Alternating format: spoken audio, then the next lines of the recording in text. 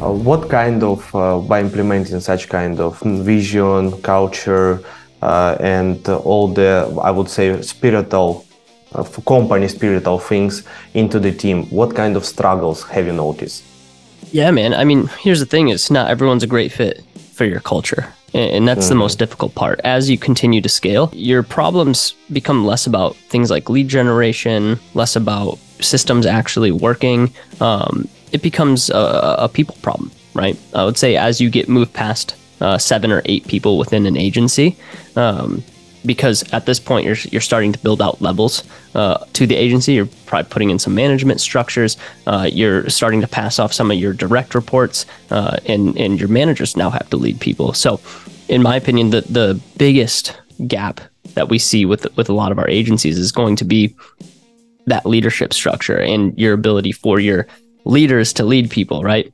Because before it was just the owner, right? The person that is bought in the most leading the charge. Well, now we have to get the people underneath the leader and the management teams to lead other people. And that's the most difficult part. It really comes down to getting great people installed in the organization that are aligned with a vision and core values.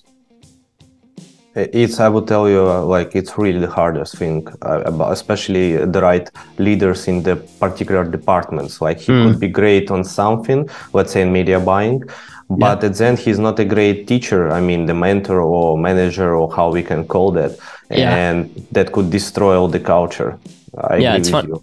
Yeah, it's funny that you say media buyer, because this is something that you'll see often in a lot of agencies, that you have excellent media buyers. I mean, they are just incredible at their craft, but they're not very good leaders, right? And so sometimes you have to take the person that is a little less skilled in the craft, but is great at leadership, great at communication, great at getting the mission and vision across that you guys are trying to push forward, and utilizing, your top tier athletes or your top tier media buyers as just, essentially pieces of the organization that are going to do a job, but there's not a upward management lane that they can fall into, right? They have to be able to kind of just do their job at a high level, and then other people have to come in and support that through management and through leadership.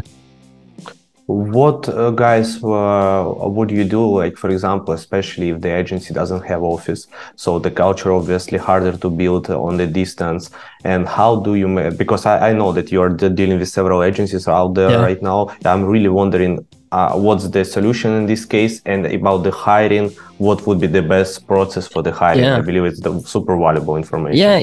It's difficult, right? When we were running our agency, we were completely we had an office. We had a 10,000 square foot facility that we ran out of, and it was a ton of fun. I mean, everyone really enjoyed being in an in-office culture. So it is a little bit harder to build an out-of-office culture, a remote culture, which means you just have to put more attention towards it, right? You have to do like the really cool things. In my opinion, like 4Media is the great example of this.